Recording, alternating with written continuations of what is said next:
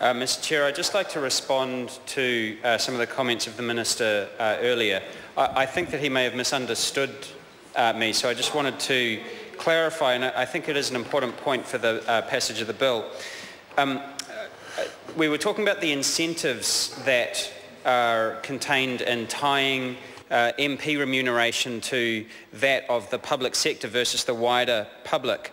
The Minister clarified that his comments were that in tying MP remuneration to the public sector, it would shine a light on profligate government spending in the future. So I understand that. And I just wanted to talk about how that works. What are the mechanics of shining a light on profligate government spending? What that is saying is that if the government allows public sector pay to increase, therefore MPs' pay will also increase, and there will be a public backlash against members of parliament for getting increased pay. And therefore there is an incentive for MPs to hold down public sector pay.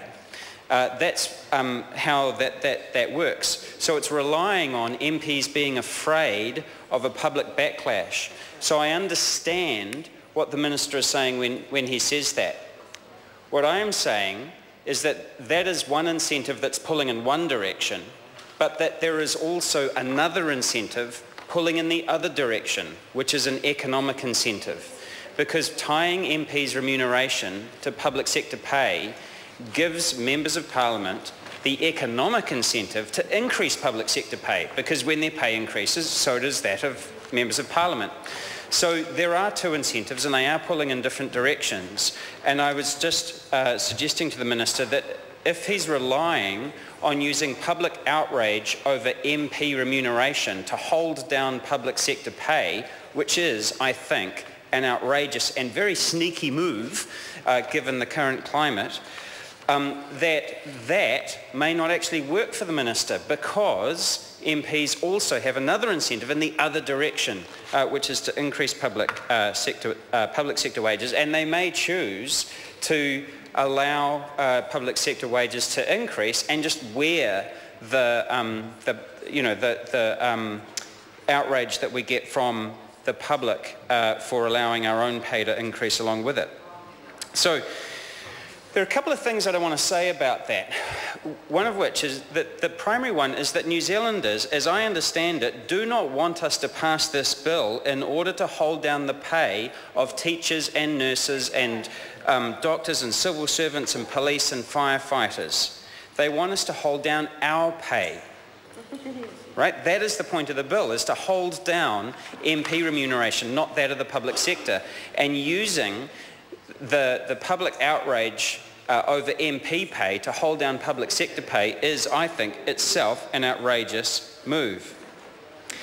What I was saying is that the Minister's approach, using the fear of the public backlash, is one incentive pulling in one direction, and that there is another one at play. And so, by the Minister's own admission, shining a light on profligate government spending, that may not actually work as far as the Minister's concerned. So the bill is flawed in so many ways, but part of the Minister's own reasoning, as I understand it, which is to use this bill to hold down other people's pay other than our own pay, in fact, according to his own logic, may not work because of the law of economic incentives, which is that tying MP remuneration to that of the public sector gives MPs the economic incentive to allow public sector pay to increase. So I think public sector pay should increase. I think that would be a good thing, right?